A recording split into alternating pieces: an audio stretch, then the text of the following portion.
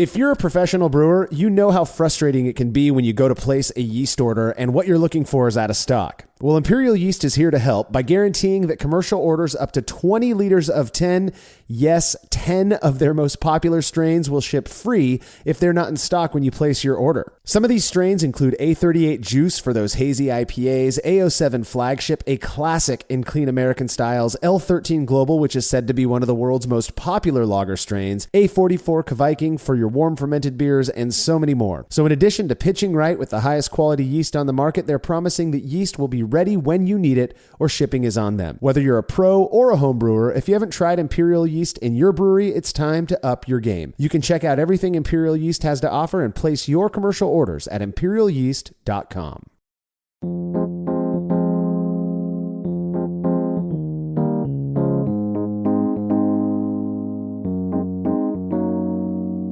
In a world riddled with hopped up hazy IPAs, slushy sours, vanilla toffee coffee cereal stout, and the like, it can be really easy to lose sight of the styles that put beer on the map. Those classics that served as inspiration for many of the progenitors of the craft beer revolution that we're in today.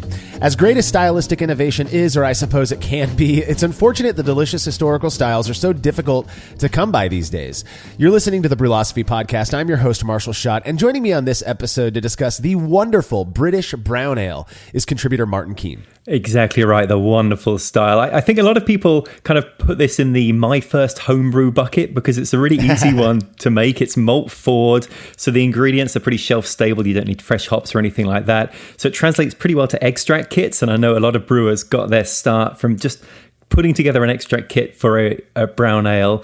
But while it's a relatively easy style to make, there's a lot of nuance to this, and I'm excited to get into it today. Yeah, absolutely. And as you know, Brewlosophy's resident Brit, it makes sense that this style would be at least somewhat meaningful to you, Martin. But as some of our listeners may not know, I had a period where I absolutely obsessed over British ale. And even today, I get super excited when I show up to a brewery and discover that they have British ale on tap, or even a pub that has, a beer engine with some Fullers on tap. I'm really looking forward to digging into British Brown Ale with you today, as well as going over my attempt to brew one using short and shoddy methods. All right, if you're a fan of this show and you'd like to receive a reward for your support, consider becoming a patron of Brewlosophy over at patreon.com/Brewlosophy. By making a small monthly pledge, you'll receive rewards like access to unpublished contributor recipes, unique discounts at YakimaValleyHops.com, and an invitation to a monthly live Q&A session with somebody in the brewing world. This month, March of 2023, the sensory manager at John I. Haas, Brewlosophy's resident sensory analysis expert, Jeff Daly, will be hanging out with patrons. Jeff has actually been a Q&A guest before, and it's pretty rad that he came back to do this again. So we thought some of our newer patrons might enjoy asking him some questions as well. To be a part of this session, you have to make your pledge of just $3 or more at patreon.com/Brewlosophy no later than Friday, March 29th, 2024, as Jeff's going to be is scheduled to take those questions on Saturday the 30th. All past sessions are available on our private Patreon and Facebook pages, so you can go back and watch them whenever you like. Learn more about becoming a patron and check out all of the rewards we offer for your support over at patreon.com/Brewlosophy. Another really easy way to help us out is by using the links found at brewlosophy.com/support when shopping online. Your experience won't change at all, and we get a really small kickback for the referral that helps us to continue bringing you this content. Finally, if you wouldn't mind letting us know what you think about this show by leaving a rating and review in Apple Podcast or wherever it is you listen to podcasts, we'd appreciate that as well. Feedback is brought to you by Clawhammer Supply, who in addition to having an awesome YouTube channel chock full of great brewing-related content, sell what we believe to be some of the best electric brewing systems on the market. If you've been considering making the move from propane to electric, you owe it to yourself to check out Clawhammer Supply. Whether you're after a 120-volt 5-gallon system or something bigger like their powerful 240-volt 10-gallon unit, Clawhammer has got you covered. Learn more about everything they have to offer over at clawhammersupply.com, and don't forget to check out their YouTube channel as well. Listener Finn Berger emailed us after listening to episode 318, where we talked about our experiences brewing in the modern age. Finn said, you were commenting on a beer that had a distinct coffee taste from an English brown malt, which puzzled you. It would have puzzled me too if I hadn't tried Simpson's brown malt. That one is much darker than other brown malts at 210 Lovibond, which happens to be the same color as malts usually called, that's right, coffee malt. I think that might be the one that was used in that beer. What do you think, Martin?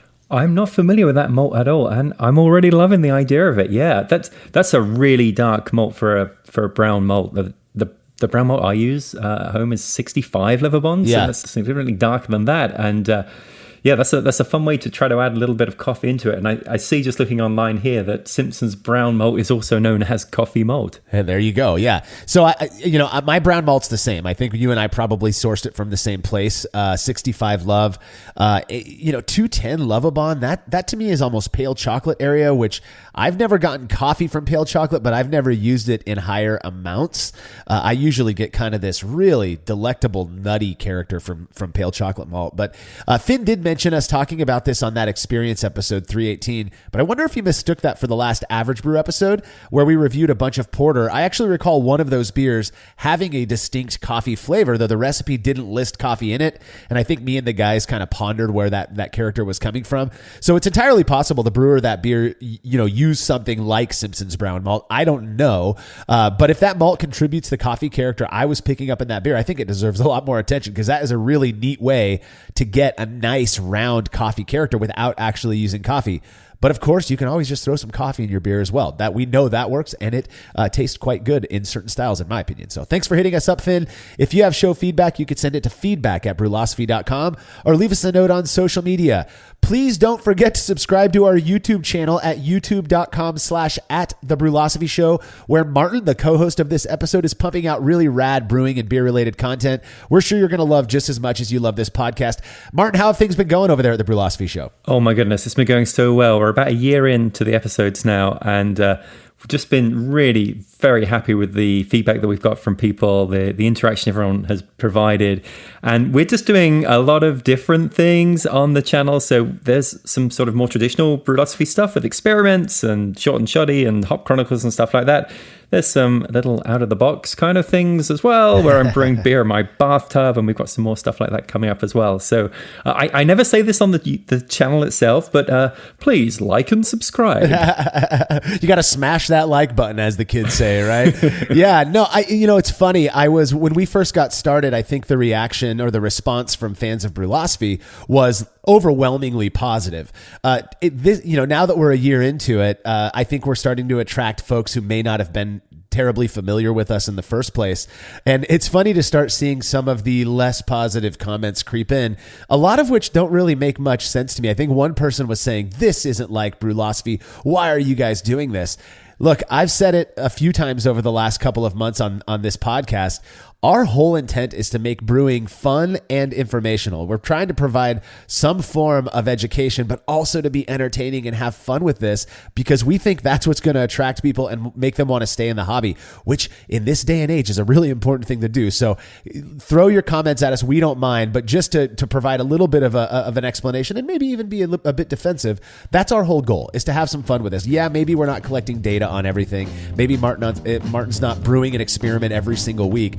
That's a good thing, because you're getting all kinds of different types of content out there, and we're hoping that everyone's enjoying it. So when we return from this break, our focus will be on British Brown Ale.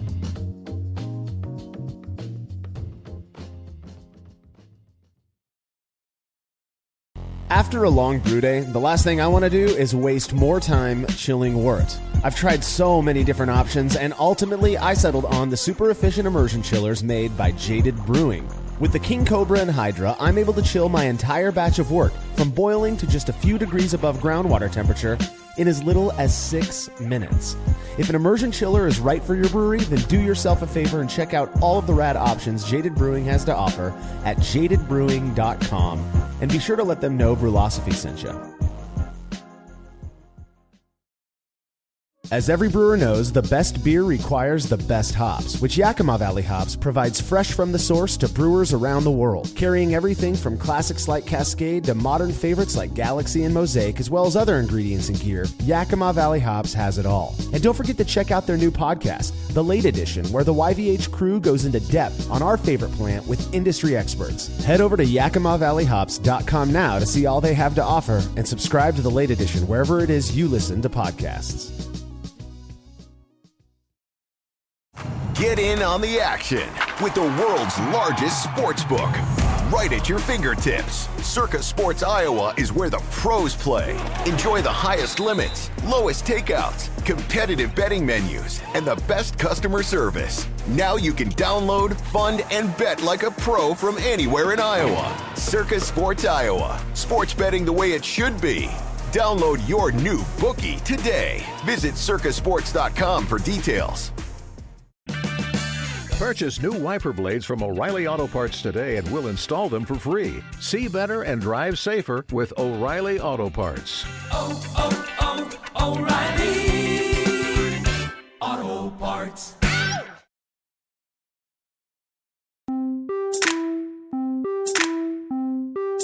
In 2001, I'd recently transferred from a small college in rural Idaho to Western Washington University in Bellingham, Washington, where I made friends with folks who enjoyed drinking good beer. It was the first time I'd actually, been around people who liked other beer other than Bud Light, Coors Light, Miller Lite.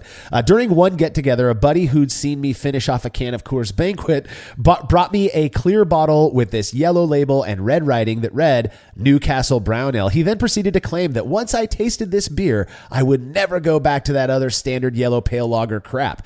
Of course, he was wrong. I love Miller Lite to this day. I'm going to be drinking some very shortly here. But that served as my introduction to a style that I eventually came to enjoy quite a bit. A classic style, in my opinion. One of the more traditional, though there's an interesting history behind it.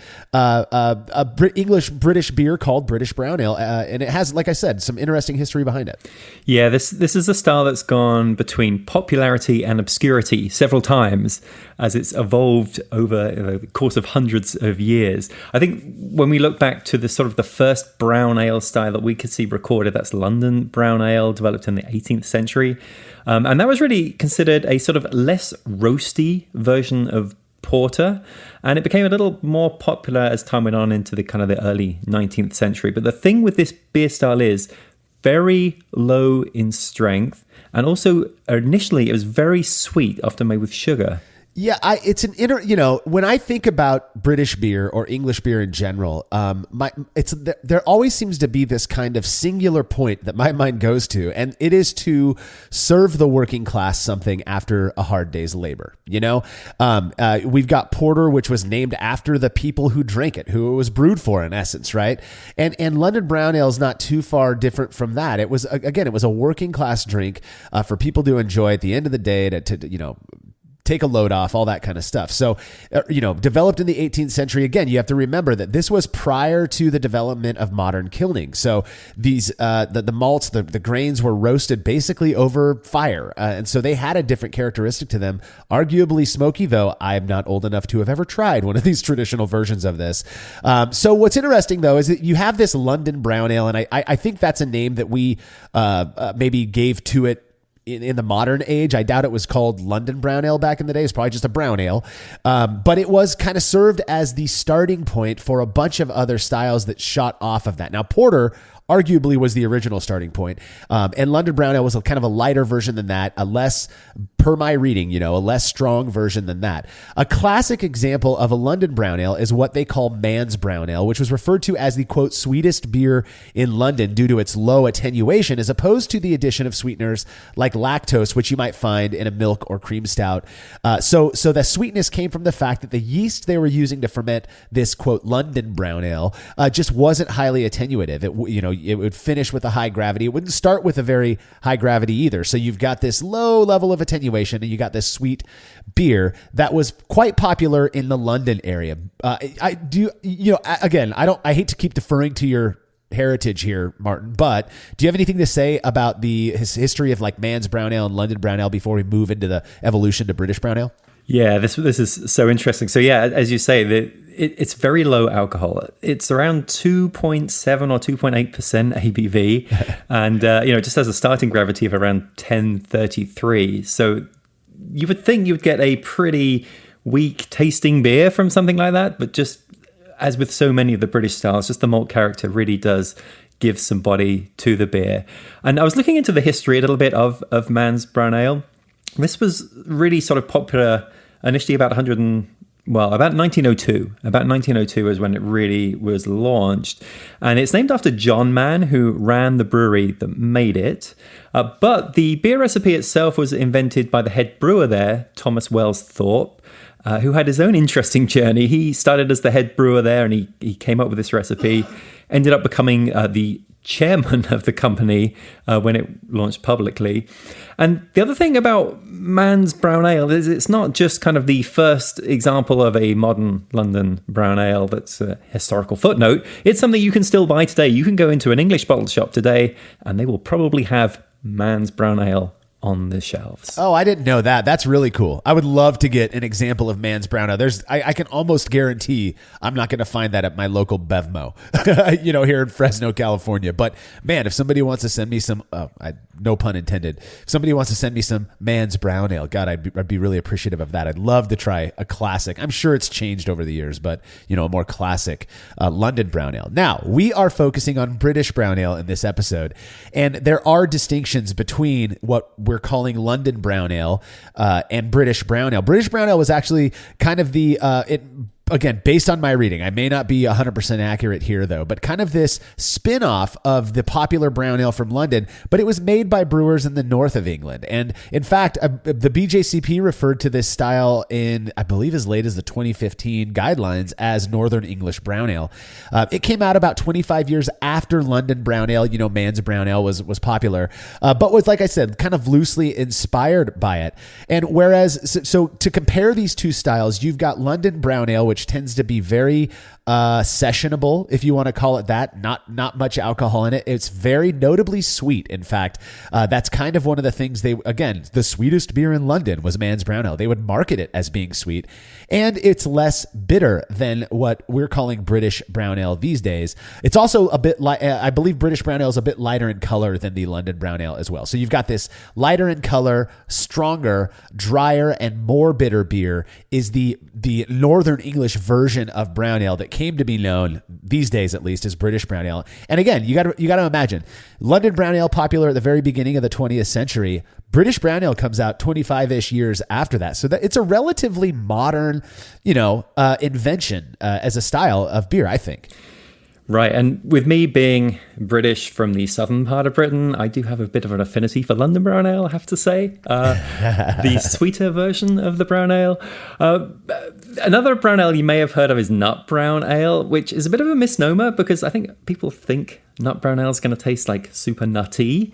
But actually, right. But the color is really what it's referring to, not necessarily the flavor or the ingredients. But when we look at this whole brown ale style, if we look at the BJCP guidelines, it actually divides it into two separate beer styles in quite an interesting way, actually. So the beer style that we're going to primarily talk about today is British Brown Ale. That's the northern version.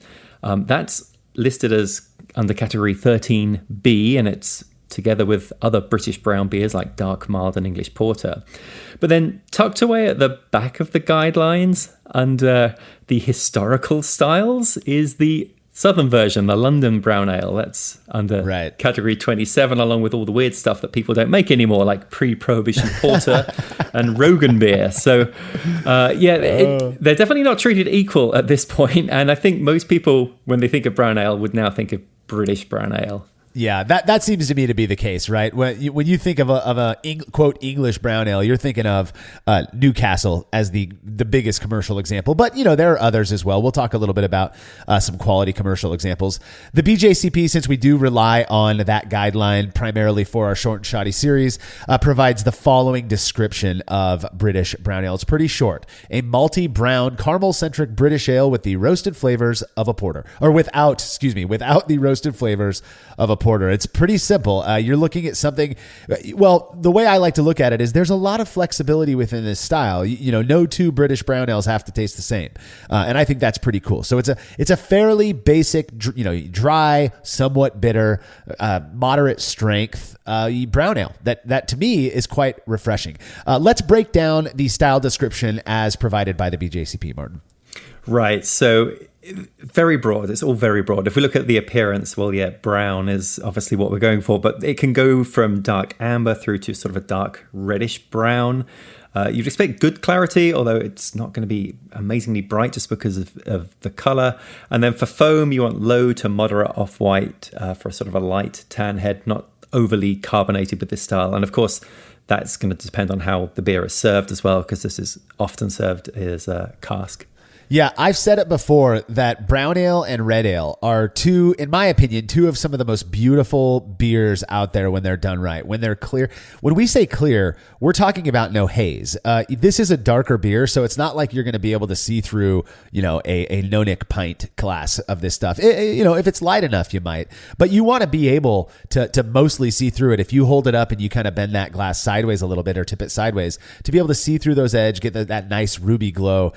It's just an absolutely gorgeous style of beer. Aromatically speaking, you're looking for light, sweet malt aroma with toffee, nutty, or light chocolate notes, a light to heavy caramel quality, which is interesting because that's not something we necessarily associate with common American style of brown ales. At least I don't. You don't want that sweet caramel quality, but in British brown ale, it's to be expected on some level at least. Light but appealing floral or earthy hop aroma. Of course, that's going to come from those classic English hops. And then a light fruity aroma may be evident, but shouldn't dominate. The flavor, I don't know, Martin. To me, the flavor basically follows the aroma in so many styles, and this is one where that tends to be the case.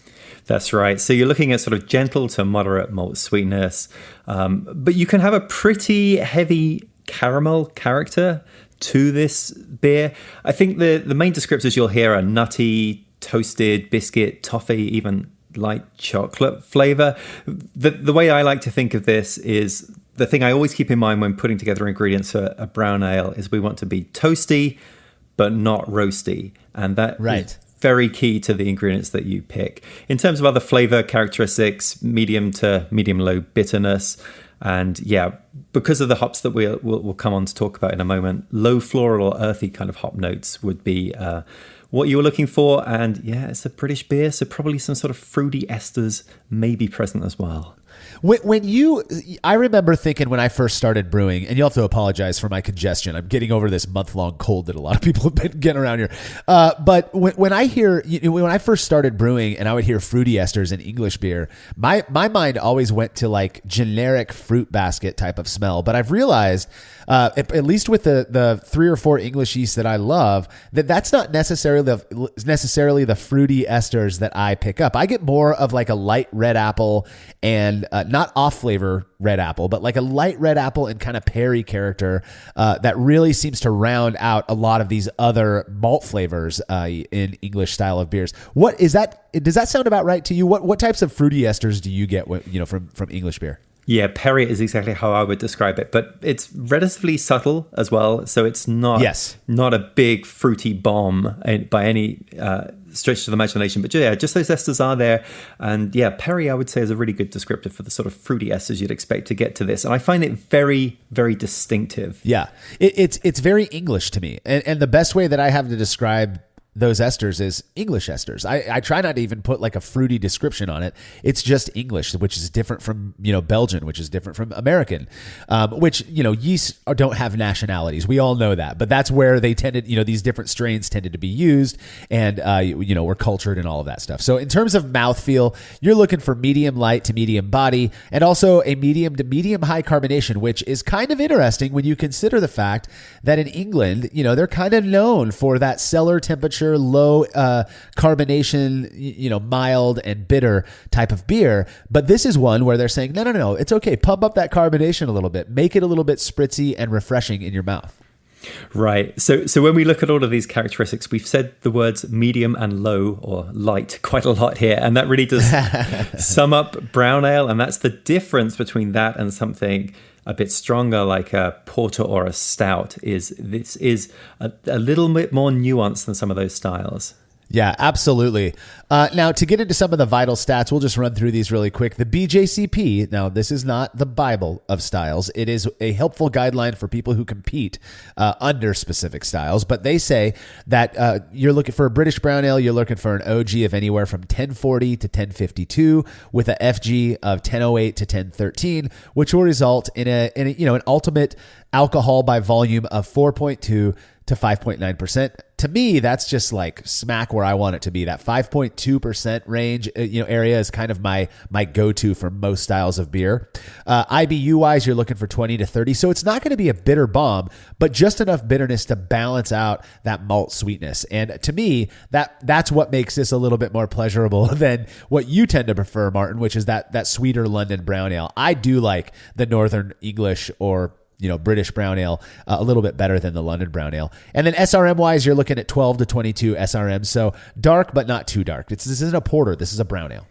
That's right. But that's quite a broad range for color as well. And as we mentioned before, it can be on the red side or really quite brown in color. So we should talk about the ingredients that would go into a beer like this. And if we just kind of start with the malt bill, I think I cannot imagine making this beer without Maris Otter, to be perfectly honest. Same here. Yeah, I'm in the same boat. So a pale ale based malt, Maris Otter, or something along those lines. It's just so much easier than starting with pale malt. It already adds a little bit of that biscuity character that we'll be looking for. You're also going to add probably a good amount of caramel malts, or this being a British beer, I guess we should say crystal malts. I would typically use Crystal 45 or Crystal 60 and so forth. And to get to the color and to get to that kind of that toasty character, then we'll be adding some roasted grains as well. But remember the mantra here, toasty, not roasty. So we don't want to add anything that's too dark. For example, you can add chocolate malt. It's pretty common to add chocolate malt to this, but I would lean towards the pale chocolate malt, which is a lever bond of 200, 250, something like that, as opposed to the regular chocolate malt that might be closer to 500 and would leave much darker, roastier character to the beer. I find that pale chocolate malt, I guess it's called that because of its color, not because of its taste. It doesn't taste to me at all like chocolate, but it will give it a bit of a nutty character to that beer. Yeah, I'm with you. Pale chocolate would be my go-to, and I've used it many times in making this style. We just talked about this Simpsons coffee malt, or their Simpsons brown malt, which is also known as coffee malt, I guess. That sounds like it would fit perfectly in this style, if you ask me. So I've not used that stuff, but again, it is high enough Lovabond, but you don't have to use that much to get the character you want from it. I mean, I've brewed beers, not brown ale, but I've brewed beers with 2% pale chocolate malt. Again, that's right around that 200 Lovabond level, I believe. And you taste it and you see it in the beer. So you don't need much of this stuff to really get what you want from it. In terms of adjuncts, it's not really listed in the BJCP that this is a style where you would use a simple sugar. But considering where it comes from, I'm sure you could get away with doing that just to boost up the ABV a little bit without contributing anything else. I wouldn't use sugar in this style, but that's just me. Hops, obviously here you're going to go with these classic traditional British hops, which include things like East Kent Goldings, Fuggles, Challenger, stuff like that. That's right. Definitely would be in that sort of wheelhouse. You might also consider Target, which is typically used as a bittering hop, but that can add a little bit of earthy herbal notes to the beer as well. Or if you wanted to get a bit funky with it, and we're talking about these fruity esters, if you add Bramling Cross, a lot of people report that gives a bit of a black currant aroma to your brown ale, which is probably a little bit outside of the style guidelines, but I have heard it used with this beer. Yeah, I've never used Bramling Cross, but I've heard the same thing, that it can contribute a kind of blackcurrant tea type of character to beer. And if that's your jam, give it a go if you want. I don't think it would be bad. I'm not a big fan of EKG, so when I brew this beer, I'll usually use a higher alpha bittering hop with Fuggles in the mid boil and at the end, because I love that Fuggle character. I know people who hate it, so you got to figure out what it is that you like. Obviously, again, with yeast, you're going with a classic British yeast strain. My favorite, without question, is the Fuller strain, which Imperial Yeast sells as AO9 Pub. Same thing. thing basically is Y Yeast 1968 London ESB and White Labs WLP 002 English Ale. You can also get away with something like the Whitbread Dry strain. That would be Imperial A01 House or WLP 007 Dry English. And another one that I've seen a lot of people use, and I've actually used for classic British ale as well, is the Boddington strain, which most people use for hazy IPA. It is A38 juice, also known by Y Yeast as 1318 London Ale 3.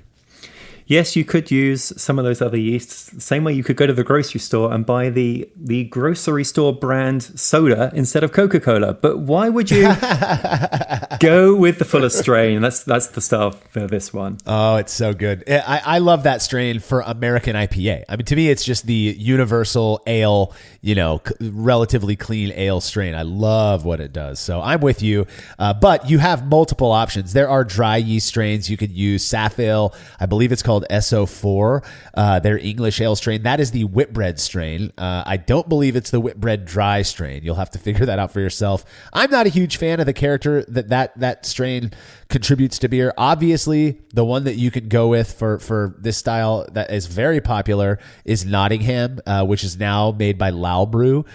So multiple options. You just want to use an English ale yeast to get that English ester character. All right, now let's break down a little bit the traditional brewing process. I do think we should say, as we do with all of our short and shoddy episodes where we're talking about English beers, English beers are easy to make. They weren't known necessarily for these convoluted processes.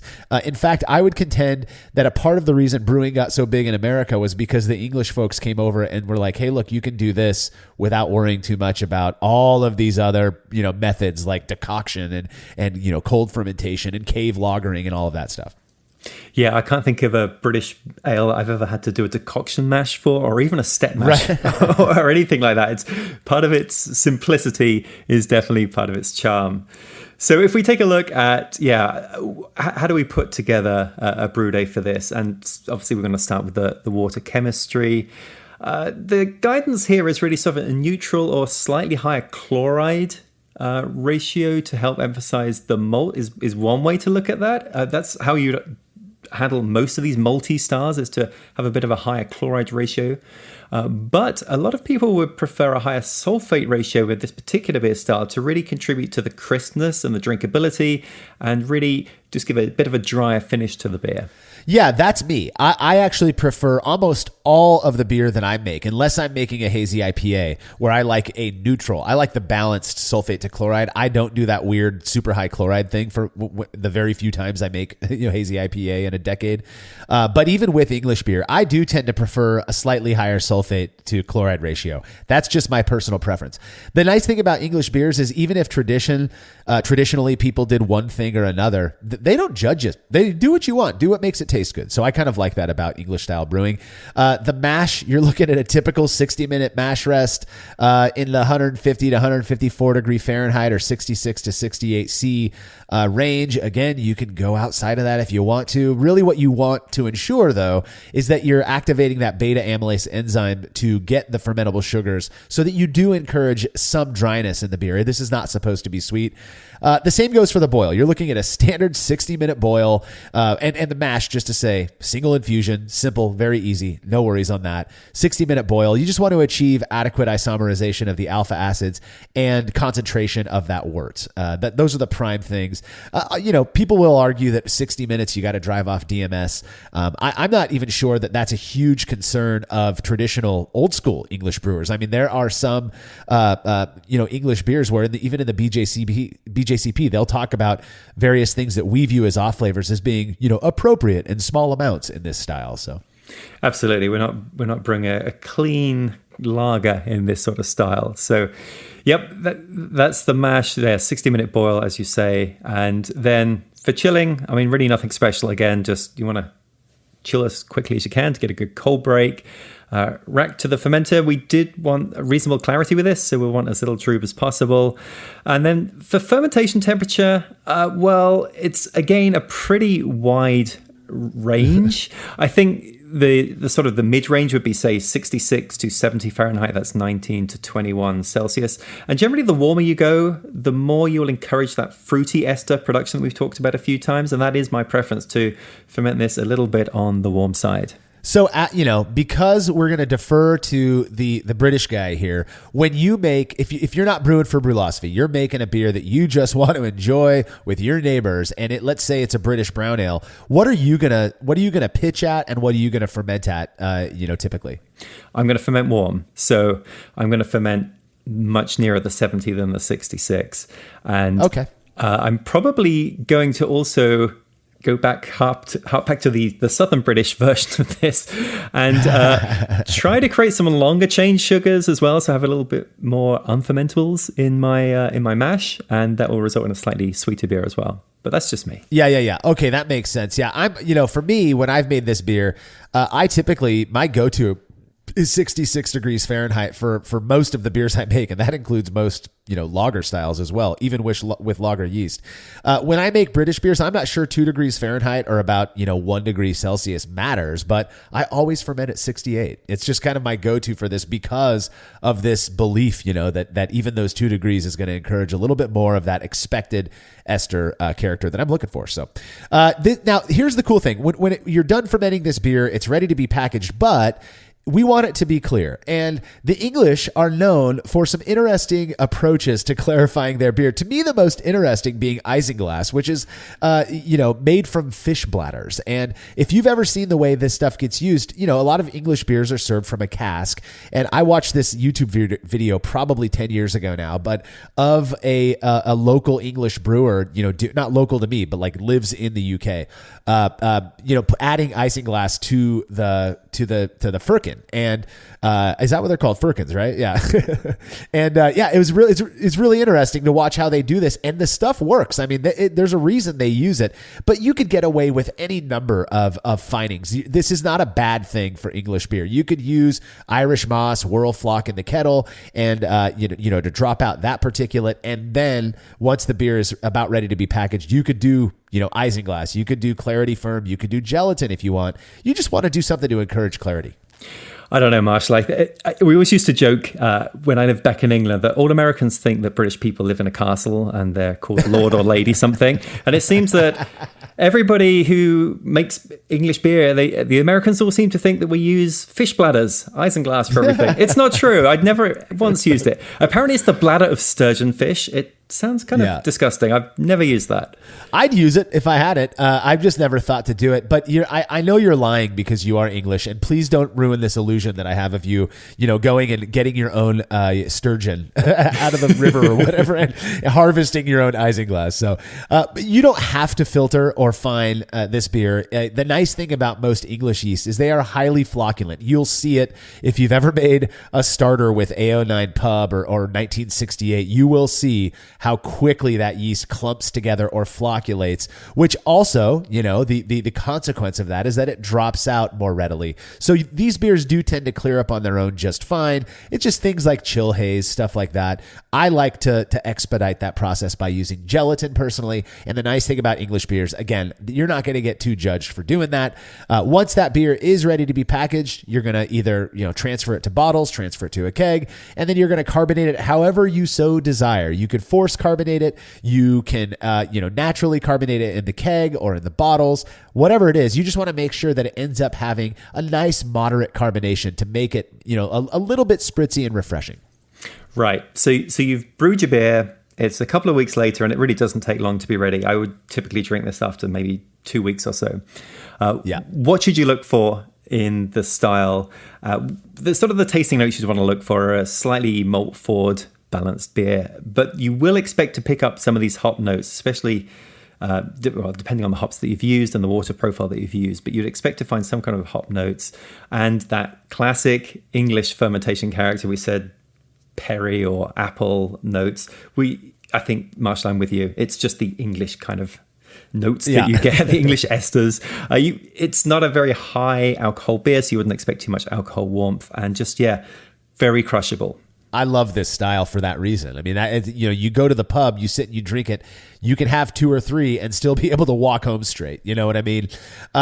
Some notable commercial examples as pointed out by the BJCP, and I think they're solid examples.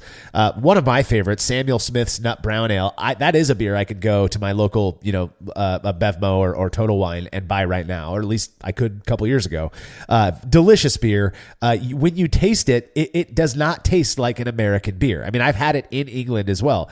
It is its own style. It's very, very good. It's the same when you go to styles like or examples like Newcastle, or even AleSmith's Nut Brown Ale, which is listed by the BJCP. They have this characteristic to them that is, to me, classically British. It is not what you would expect from, say, an American brown ale. That's right. And although I've said several times about my affection for the London brown ale, Newcastle brown ale is a phenomenal drink. And I kind of got started with that pretty early. When I was at college, and I should say, the drinking age in the UK is lower than in other countries, or certainly than the US. It's 18. So everybody at university is able to legally drink alcohol. And as a result of that, they have these groups affiliated with the universities called the Student Union, and they do all sorts of things. But one of the things they'll typically have is they'll run a pub on the site of the university. And of course, all the students can go there, and it's open all day. So you got an hour's gap between lectures. You just head on down to the pub. And the great thing about the Student Union pub is the alcohol is highly discounted. The kind of the classic one is £1 a pint would get you a pint of Foster's beer. But if you were smart, you would look past that and spend the extra 25 pence or so and go for a bottle of beer instead. And Newcastle Brown was absolutely the best deal to get because it comes in a giant bottle. I think it's about 500 milliliters, and it tastes so much better than Foster's. But the fun thing about that is I have never heard anybody order a Newcastle Brown Ale at the bar. Everybody would just refer to it as Newkie Brown. And I think in Newcastle, they actually refer to it as Dog. I don't know why, but those are the names you typically hear it called. But you absolutely cannot beat that beer style. It's just a phenomenal choice. God, I love having you on this show. You're Nuki. That is so cool. Like I love regional things like that. And the English people are known for kind of English and Australians, in my opinion. They kind of known for like there's a nickname for everything. We refer to university as college for the most part. Undergrad, I went to college, whatever. But you go to Australia or England and you guys call it uni, right? Like, is that an English thing as well? That's right. Yeah. You go to uni. Yeah. You go to uni and like everything seems to have a nickname. So Nuki to me is quite cute, but also really cool that it's such a regular part of that culture that it's got its own moniker. So, well, following my initial experience with Nuki over 2 decades ago, I developed quite a liking for British brown ale and have since tried many commercial examples. I've also brewed many batches of the style, typically using, more or less standard methods, though more recently I brewed one up using a less conventional approach. Those results when we're back from this break.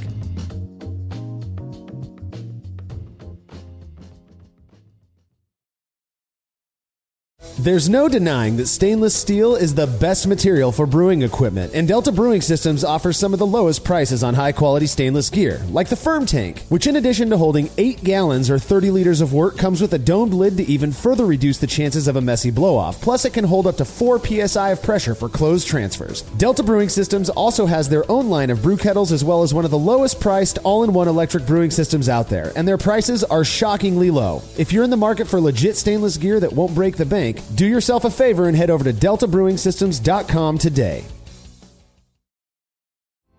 Chilling wort can be a chore, especially after a long brew day, but not with the Xchillerator Counterflow Chiller, which can chill a 5-gallon or 19-liter batch of wort in 5 minutes or less, leading to a strong cold break and clear wort in the fermenter. Brulosophy's Matt Del Fiacco uses the Xchillerator Max and absolutely loves it. In addition to improved chilling efficiency, every Xchillerator comes with a 5-year warranty that covers the entire chiller for manufacturer defects. If you're looking to up your chilling game and a CFC is right for you, head over to Xchillerator.com today. Purchase new wiper blades from O'Reilly Auto Parts today and we'll install them for free. See better and drive safer with O'Reilly Auto Parts. Oh, oh, oh, Parts. So, tell me about last night. Well, it wasn't what I expected. It had the perfect amount of spice. Sounds hot. It had all the flavor, and I wanted more. The ghost pepper wings from Popeyes are just so delicious. Wait, I thought you were talking about your date.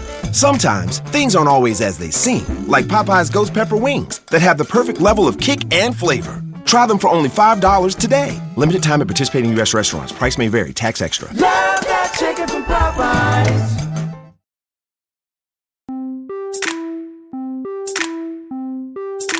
Englishman that you are, Martin, I know you've had some good experiences with the whole short and shoddy thing. You've posted about it on the YouTube channel, so I'm hoping you don't judge me too harshly on the corner-cutting approach that I took to brew a classic British brown ale. This one was brewed using my kind of go-to full-volume 5-gallon brew in a bag in my electric kettle. I have a SS Brewtech 1V system with a brew bag, that I put inside. I don't use the stainless steel basket, though I do think that's pretty cool. Standard 5-gallon or 19-liter batch. And I started this at 11:17 in the morning by collecting the full volume of filtered water. I just use a standard RV filter, and I always adjust my water. For the last, 5 or 6 years, I've adjusted my water with the tiniest amount of sodium metabisulfite, just because, to me, it really does have an impact on this weird house character. I put that in air quotes, that some of my friends were starting to notice at my place. And we think it might just be due to this nominal level of chlorine in the water. But as soon as I started using sodium metabisulfite, it knocked it out, and my water is just as good as it used to be. So, and like I said before, I kind of lean into using a little bit more gypsum than I do calcium chloride because of the fact that I like that kind of crisper character, which I think works well with the dryness of a British brown ale. So in this one, I didn't measure out the amounts that I use, but I kind of know based on my experience. So I added a little bit more gypsum than I did calcium chloride, just to make sure that sulfate was slightly higher than the chloride level. Well, you make that sound quite scientific, Marshall, but I've seen the picture of you adding those water chemicals. And it's just a handful, is palm of your hand with some white powdery stuff that you've put in there. So I'll take your word for it that it was a bit more gypsum. Yeah. People were buzzing a little bit more, than just from the alcohol. There's that white powder going into there. Now, so the grain bill for this one was 83% Maris Otter, 7.5% brown malt, 7.5% Crystal 40, and 2% chocolate malt. The brown malt, Crystal 40, and chocolate malt all came from a local craft maltster. They were not English in origin. The Maris Otter, I believe, was either Crisp or Simpsons. I forget what I had on hand at the time. But what do you think about that grain bill for starters? Yeah, so for the chocolate malt, was that the full-on 500 Leverbond chocolate malt or the pale chocolate malt? Do you recall? This one, if I'm not mistaken, it was like 500 Love chocolate malt. Yeah. Yeah, but a nice small amount. The main ingredient that sticks out to me here with this malt bill is the English brown malt. I have always used English brown malt when I brew a brown ale. As we mentioned a little earlier in the show, that's typically around 65 Leverbond. But the interesting thing about that is whenever I get a grain that I need for a recipe and I don't have it at home, I'll just buy, like a bunch of it, more than I need for the recipe. Yeah. But I found that the English brown malt that I bought to brew a couple of brown ales, I've never found a use for English brown malt in any other style. I don't know what to do with it. I'm with you. I actually had to throw about a pound of brown malt out that I bought probably 8 years ago, and I was cleaning my garage, 6 months ago, and I still had this pound of brown malt that I just couldn't find anything to do with. To be honest, I'm not a huge fan of the malt, at least the one that I was using. The one that I used for this was sent to me specifically by Sugar Creek Malting, and so that I only used it for this. It was a small amount, whatever it was, and I think I gave the rest to another contributor. But yeah, I'm with you. I can't really find much of a use for it outside of British brown beers, but it works well in it. And so, just to clarify again, that was those latter three, the brown malt, Crystal 40, and chocolate malt, were from Sugar Creek Malt, excellent maltster. And I found that these even American craft maltsters do tend to create, in my opinion at least, good analogs of regional malts. They really put, maybe other people have a different experience, but they seem to put in a lot of effort to making it match, where it was supposed to come from. So when the water was to strike temperature, the grains were added and stirred to incorporate before I checked to ensure that it was at my target mash temperature of 154 degrees Fahrenheit or 68 degrees Celsius. I like to do most of my British beer right around that temperature, because to me it's kind of the best of both worlds. You're activating some of those amylase enzymes. The alpha amylase enzymes. You're activating the beta amylase enzymes. You're not leaving any of that out. And to me, it's a little bit more predictable in terms of attenuation. Yeah, I would go very close to that as well, maybe 152, 154 Fahrenheit, something like that. So you mashed this for a short and shoddy amount of time, I take it, Marshall? Just 30 minutes. And, I've done this so many times at this point that almost is like my new normal. But I mashed it for just 30 minutes, after which I removed the whole grain bag, let it drip into the kettle just until it reached my pre-boil volume, which Brewfather predicted for me. And while it was dripping into the kettle, I've got a nice little pulley set up over my kettle. I cranked the heat up on the element of my electric brew kettle and brought it to a boil. I boiled this wort for 25 minutes, adding 18 grams of Magnum right at the start of the boil. 14 grams of Fuggle were added when there was 10 minutes left in the boil, and then another 14 grams of Fuggle were added with 5 minutes left in the boil. How's that sound for a hop schedule? Yeah, to me that sounds great. I do enjoy Fuggle. It gives you a very sort of earthy taste, a little bit of a floral taste, just a touch as well. What I hadn't realized, I always use Fuggle for most of my beers, but there's kind of a lot of hate for Fuggle out there. I realize people say, oh, it's like chewing dirt, that sort of thing. It's like super, super earthy. I don't find it to be quite that bad. But yeah, a lot of people are not big fans of Fuggle. They might replace that with EKG, something like that. But to me, this looks great. Yeah, thank you. I like Fuggle way more than EKG, but I've heard the same stuff from folks who think it tastes like dirty mushrooms or like you're licking, mud or something like that. I do not get that from Fuggle. In fact, as an aside, I had a buddy who brewed my Tiny Bottom Pale Ale recipe, 12, 13 years ago now, but he dry hopped it with a bunch of Fuggle, and that beer tasted like an Orange Julius. I mean, it was just so citrusy. So, you might want to rethink whether it's the Fuggle contributing these negative things you don't like, or if maybe it's something else in your process. Who knows? Anyways, I went with Fuggle. I felt like it was a good call. So when the boil was complete, I quickly chilled the wort with my Jaded Brewing immersion chiller. These are made specifically for the electric kettles that have more of the round element at the bottom. So I chilled it very quickly, and I took a refractometer reading that showed the wort was at 1049 OG, which even with the reduced or the abbreviated mash rest and the abbreviated boil put me at 70% brew house efficiency. I was really surprised by that. That's much higher than I usually get. That's impressive. I saw that and I was very surprised as well. The sort of the rule of thumb I'll go with for my system, I mean, every system has different brewhouse efficiencies, and I use the Clawhammer system. For sort of a mid OG beer like this one, I would expect normally 68% efficiency for a 1 hour mash.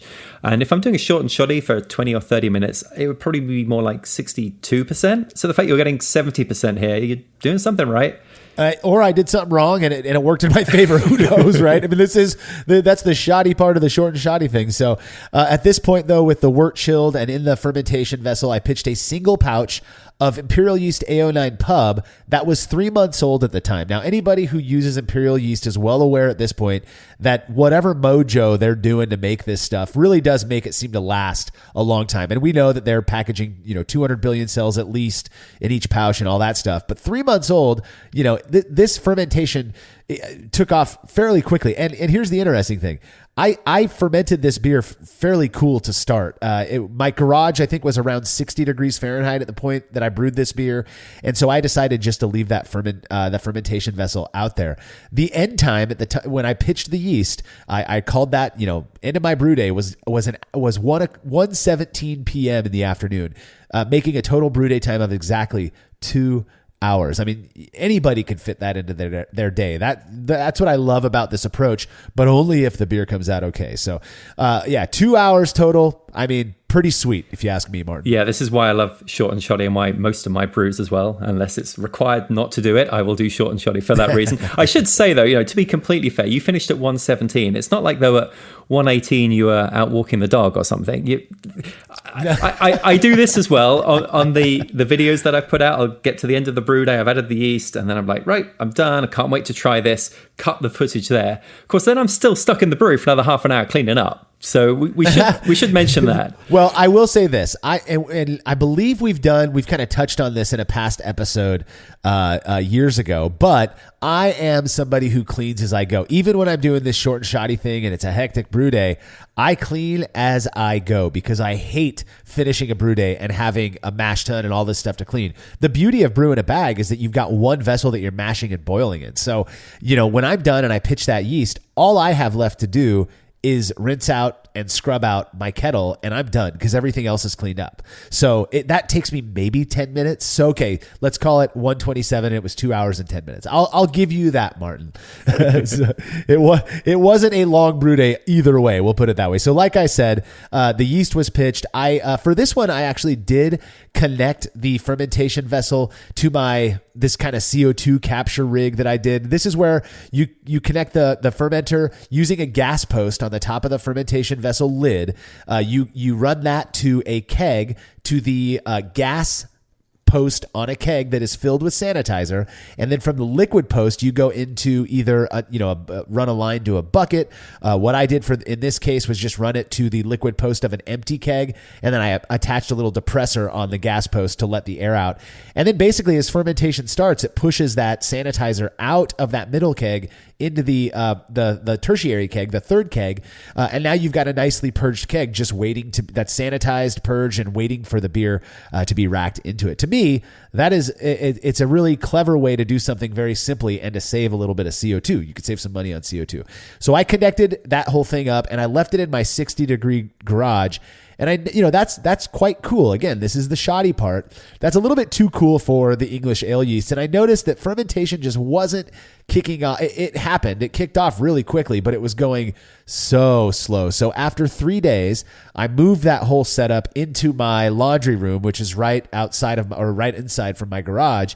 And within about, I think it was like 3 hours, the keg was I started to see the sanitizer flowing out of the middle keg and into the other keg. So I knew fermentation had really picked up. And 6 days later, fermentation was completely complete. I could tell that it was done. It was 9 days since pitching the yeast. I got a little bit lazy. Fine with me for short and shoddy.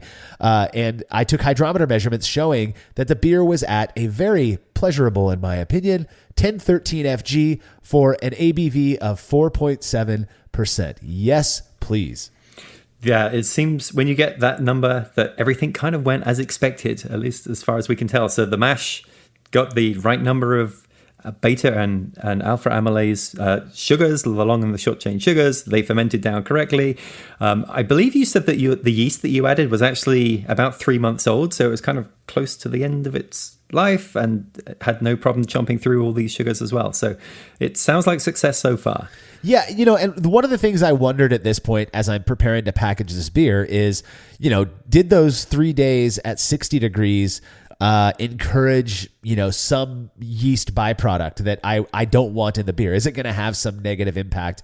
But only time would tell. So I pressure transferred this beer into a serving keg, that naturally purged serving keg, and then I hit it with 50 psi of CO2 in my keezer for 15 hours before I reduced the gas, which also includes purging that keg completely. You don't reduce the gas and then put it back on a keg that has 50 psi in it, down to my serving pressure, which for me is 14 psi. And then I let it condition for one more week until it was ready for evaluation. Now, one thing you might have noticed that I didn't mention is fining this beer. I figured, I'm so used to fining all these beers with gelatin. I love doing it. It is kind of an arguably, shoddy process, but I thought, AO9, it's known for being highly flocculent. Let's just skip that normal step for me and see how things go in terms of clarity. So we're about a week out from kegging this beer. I pull off a pint. I'm taking my pictures. I'm looking at this beer, and to me, it looks almost perfect. It's about, it's a nice darkish reddish brown color with a nice sticky cap of tan foam on the top. It is mostly clear. You could probably read through it, though it did have what I believe to be just a slight chill haze to it. What do you think about the way this beer looks, Martin?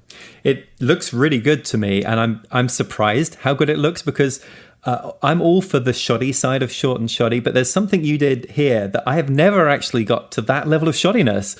And that is to say, no cold crash at all. So not only did you not add finings, which I often don't do either, but you didn't cold crash the beer. You transferred it warm. And I always think that the cold crash is going to have a pretty big effect on the clarity of the beer because it is going to drop out so much particulate and keep it in the fermenter. But it seems that even without doing that, you're able to create some pretty good looking beer.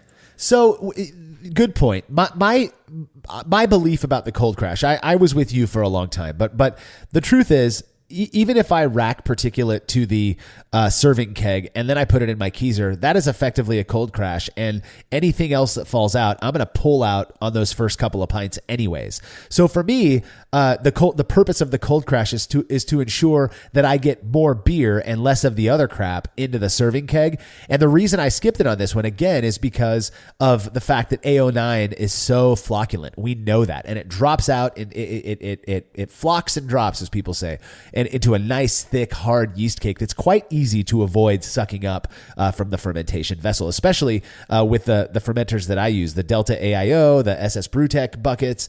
They have a port on the bottom that is higher than the yeast cake is going to be. So it's quite easy to avoid that stuff, and that's why I skipped it. So the cold crash effectively happened in the serving keg, which I'm fine with. Now, before we serve these beers to blind tasters, and by blind, they are aware of the beer style. They're not aware of how it was brewed unless they're guessing, which I don't think most people do. We do kind of go through and try to evaluate them for ourselves. And in this case, this beer had everything I expect from a solid British brown ale. It was toasty with caramel malt flavors. It had a subtle blend of floral and earthy hop aroma that nicely balanced that malt character. And it had those classic English esters that I expect. It was delicious, very reminiscent of some of the better commercial examples I've had. I don't think it tasted like Newcastle or Nuki, as it were, but it did to me have a lot of the same character. I actually drank it alongside an AleSmith, their nut brown ale, and it had a lot of the same characteristics that has. It wasn't a match, but much more similar, a little bit darker, not roasty, but that more depth of kind of a brown ale character. Seems to me like a pretty good return on investment for the 2 hours and I guess 10 minutes that you put into this thing. Absolutely. But what do blind tasters think? Again, this was served to only 12 tasters at the time. This was, I was doing data collection in January of 2021. We all know how things were back then. It was right around the time that some people were still preferring to socially distance. So basically what I did is I sent out an invite in a local Facebook group, said, hey, look, if you guys are cool with swinging by in groups, you can come by. I can stay away from you, but I'll serve you this beer. We can have a little chat at a distance. And I got 12 people to come over and do that. And I'll be honest, like 3 of them were neighbors. So, whatever. But that is why there were only 12. We typically aim for 20, which is what we get nowadays. But so it's a little bit lower of a turnout than usual. Now, again, just to reiterate, they had no idea how this beer was brewed. Not that it would have affected their, evaluation anyways, but they did know that it was a British brown ale, and we provided the BJCP style description, asking them to evaluate the beer based on that as well as their prior experiences, if they had any, with British brown ale. At the end of the day, the average characteristic rating in terms of how hoppy, malty, and dry the beer was, tasters rated the strongest characteristic as being its maltiness, which yielded an average of about 3.5 on a 5-point scale, 0 to 5 scale. Tasters rated the dryness around a 2.9 out of 5, while the hoppiness was the lowest rated at about 1.3 out of 5. I don't know about you, Martin, but to me, that lines up almost exactly with what you might expect based on how the BJCP describes British brown ale. Yeah, when you send me the tasting data of my short and shoddy brews, this is the first thing I always look at. And it's always a relief if what the characteristics the tasters are reporting kind of match the BJCP style.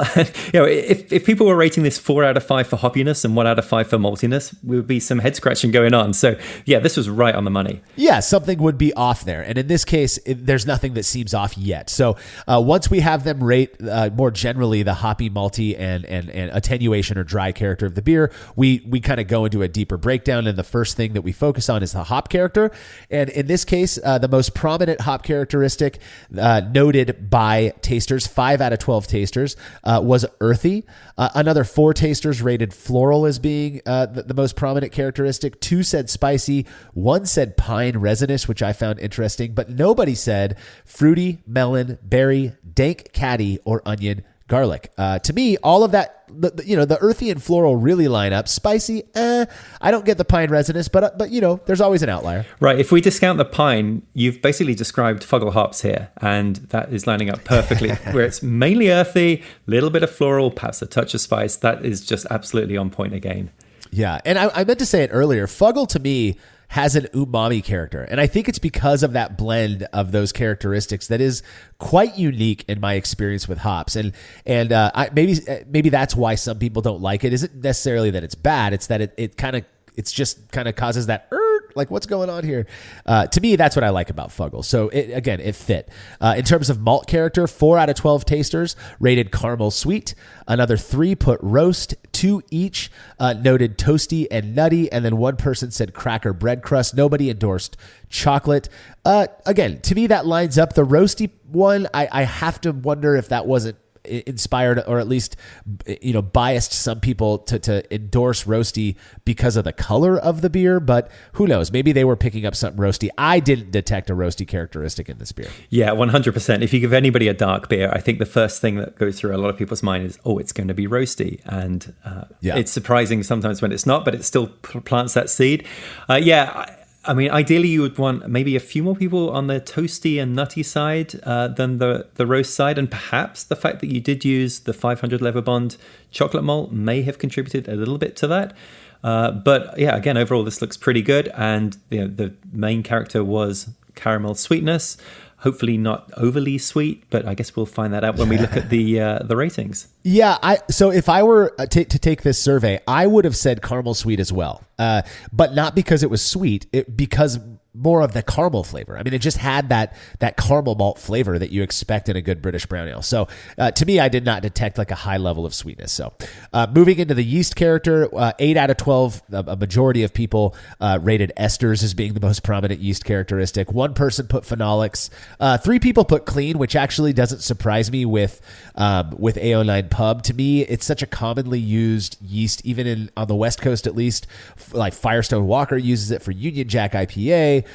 It's a really popular yeast even for American beers. So to label it as clean actually kind of makes sense to me, particularly given the blend of other characteristics in this beer from the malt and the hops.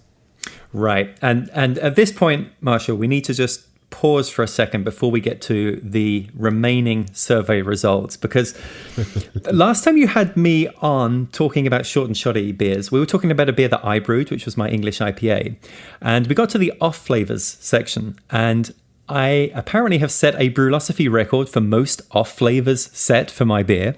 So congratulations. Thank you very much. Very proud. Yeah. Very proud. So I was looking forward to this episode because now it was my chance to evaluate how well your beer did. And I was looking forward to seeing a long list of off flavors. Well, I had a look.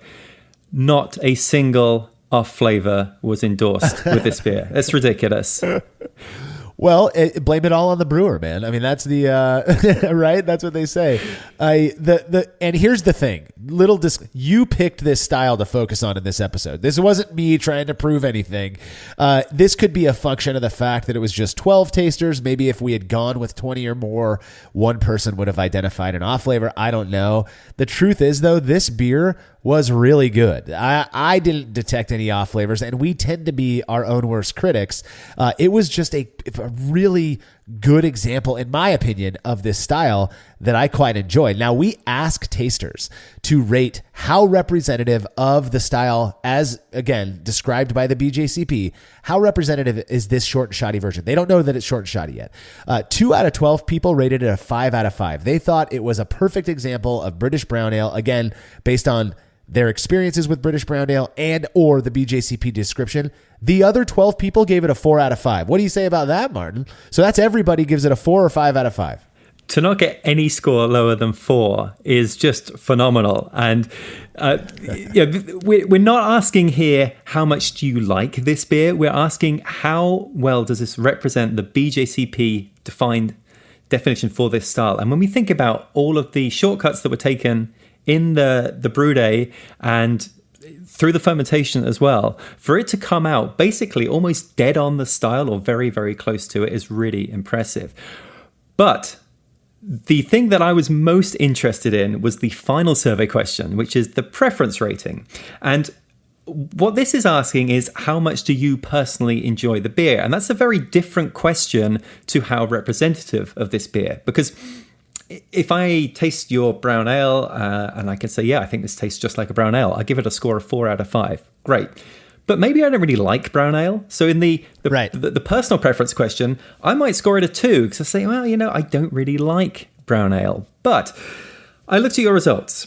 And the halo effect does not stop here. In fact, these results were so good, they're a bit suspicious. I do have some questions for you about this. So the preference rating, 3 out of 12 people said that they would rate this beer 5 out of 5. That's not to say this is a good representation of a brown ale. They just love this beer. This is a 5-star beer.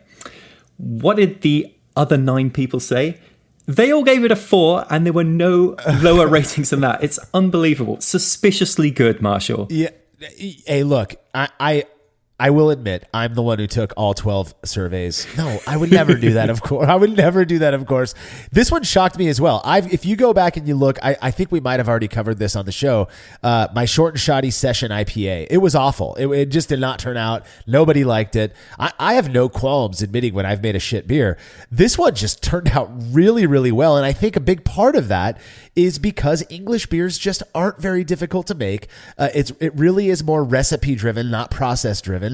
And, you put it together, you spend a couple hours brewing one, and you can make a great beer. Just mind all the normal stuff. Make sure you're using good water, you're adjusting it to your profile that you prefer, and that you're fermenting well. It was that easy. I mean, 2 hours and a couple weeks of fermentation, and we were, off to the races drinking this delicious British brown ale. So again, like I said, this beer was a hit. The keg did not last long at all. I think it lasted like 8 days, which, during COVID, when it's just me and my little circle of neighbors that we hang out with, we're drinking it, and we just blasted through it. Again, 4.7% ABV. That's easy to do. Absolutely delicious. If you are into maltier styles or traditional brewing, give this one a go. You don't even have to do the short and shoddy thing. I think this recipe kind of speaks for itself with the preference ratings on this. So one of the better short and shoddy beers I think I've made. I think a lot have turned out really well, but this one really stands out. So we got a couple of reader comments I figured we'd get to. The first one comes from Ry L. That's R-Y letter L, from Singapore, who says, short and shoddy brown ale sounds like the right way to do a brown ale. Less fuss for sure. I do similar for a best bitter, but I find AO9 Pub takes maybe a month of conditioning to really come into its own. I recently got my hands on an SS Brewtech bucket, which is what I used in this short shoddy. Did you buy the gas post for the lid or make it yourself?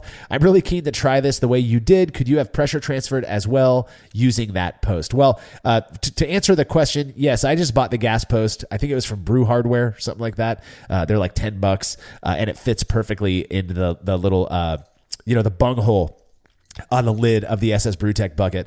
And I do use it for pressure transfers. That's the main reason I did it. So yeah, very simple, way to kind of upgrade your SS Brewtech brew bucket, or really any other stainless steel, brew bucket type of thing, fermentation bucket.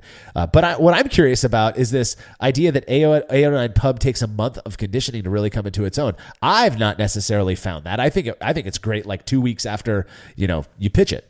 Yeah, I brewed a best bitter with it and was drinking it within a week. And the local British brewery here is called Fortnight Brewing.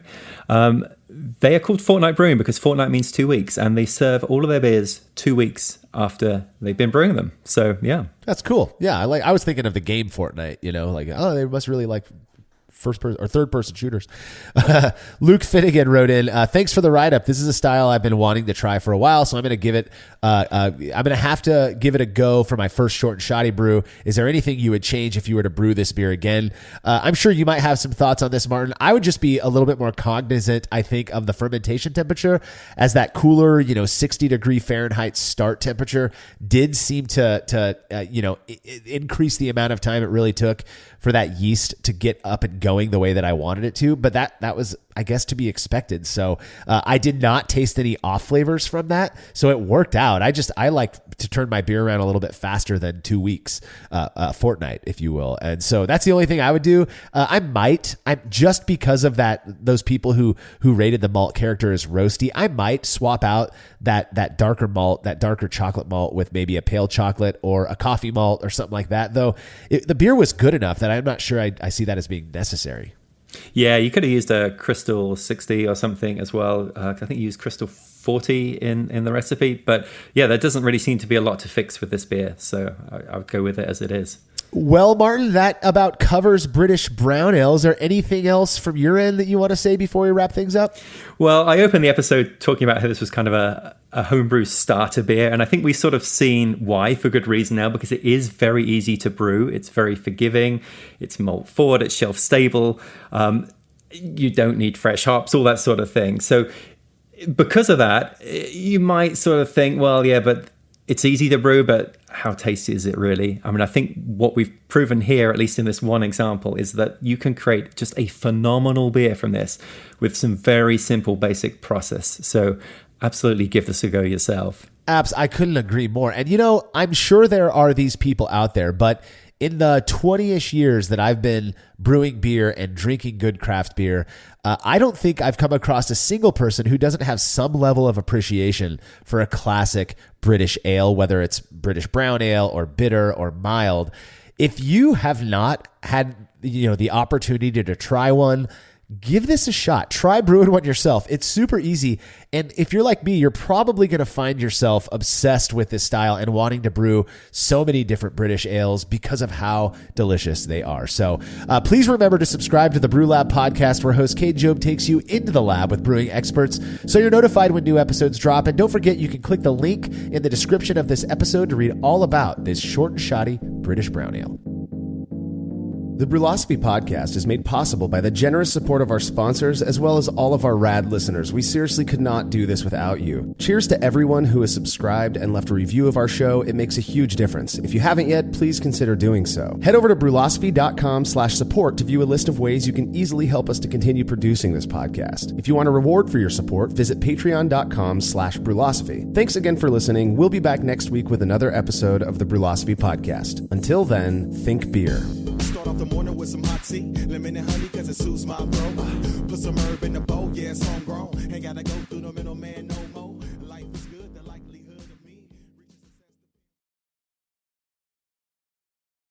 Okay, we may have gone a little barbecue crazy at Sonic. We BBQified not one, but 3 iconic menu items. But I mean, come on, can you really blame us for going slightly overboard? When you add smoked pulled pork and tangy cherrywood smoke sauce to a melty cheeseburger, a brioche-topped barbecue sandwich, and crispy, cheesy tacos, you'd be crazy not to go crazy. Pulled pork barbecue, now at Sonic. Limited time only at participating Sonic drive-ins.